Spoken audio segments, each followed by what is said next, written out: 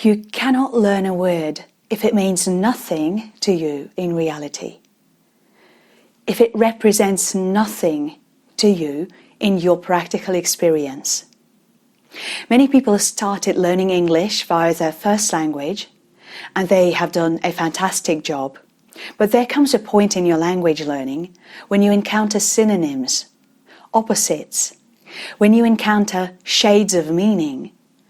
And many learners struggle to incorporate words that contain shades of meaning into their English for that exact reason. They don't have distinctions for those words in their practical experience. If you anchor a word such as flower, for example, to your word, the concept in your first language that denominates flower, that will be a very weak anchor. What I want you to do is to practice creating stronger anchors with your reality when you're learning a new word. For example, when you're learning the word flower, you can create a direct contact with that part of reality, with that plant that is flower.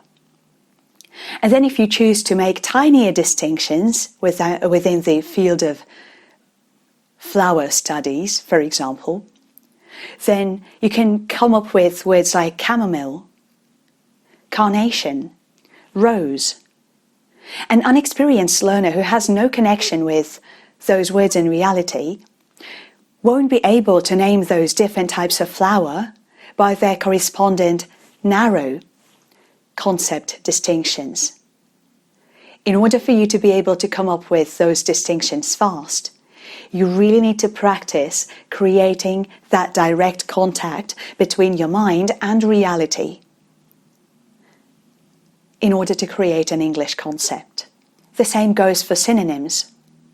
People struggle with synonyms because, to many of us, synonyms mean the very same thing.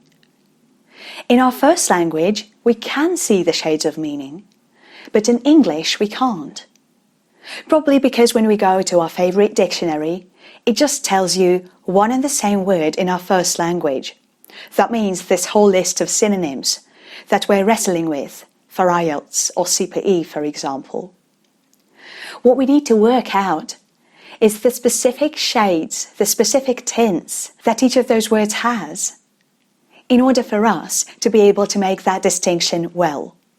Here is a personal example of a distinction that became part of my reality, therefore enabling me to use it in the way that is accurate and up to the point. The expression I'm talking about is energetic signature. I noticed that I perceive different feelings when I experience different memories or when I visit different places, for example. And those feelings that I experience are rather distinct. They can't be expressed as a sum total of things that I observe or sounds I hear. They're just very specific energies or feelings that I experience when I go somewhere. Some people describe those energies as a spirit of a place.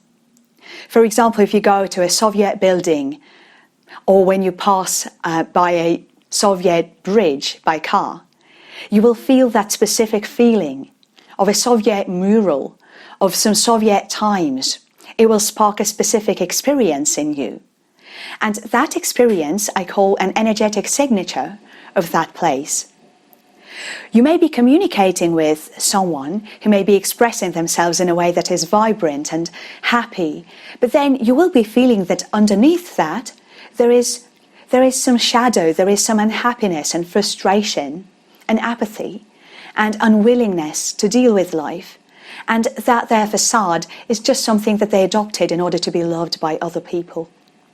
So that feeling that you will experience will be you picking up and responding to the energetic signature of that person. Just let me know in the comment section if you tend to think in energetic signatures as well. I'm very interested in how different people perceive reality, so just please let me know how you conceptualize of it. Imagine if I was unable to make this distinction in my experience?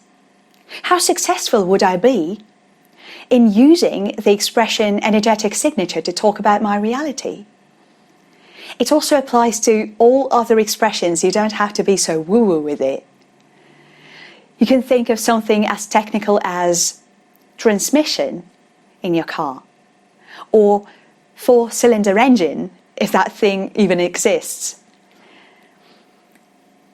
It applies to basically every concept. It also applies to abstract concepts, just like the energetic signature. It may also apply to things like experience, whatever it is that you mean by experience. Many of my students actually struggle with this word experience. They find it difficult to understand how to use it. Another thing to know about concepts is that we tend to imbue them with certain meaning as we say those words. So there is no such thing as fixed meaning for every word. There will always be shades of meaning that will come up, even though all of them will be based on our general agreement about the meaning, the semantics of that particular word. Today I want you to start working on creating distinctions specifically. Go to your vocabulary book, and instead of just looking through the words and their translations, I want you to actually feel into every word and expression that you have chosen to put into your vocabulary book. Just read that expression out loud and feel into the part of reality that it is meant to symbolize. Really feel what part of reality it represents. If there is a correspondent expression in your first language, you can definitely utilize that. But if there isn't, and very often there isn't, don't feel frustrated. Still, make that distinction. Some distinctions must be made when you're learning a foreign language. And I'm wishing you all the best with that process.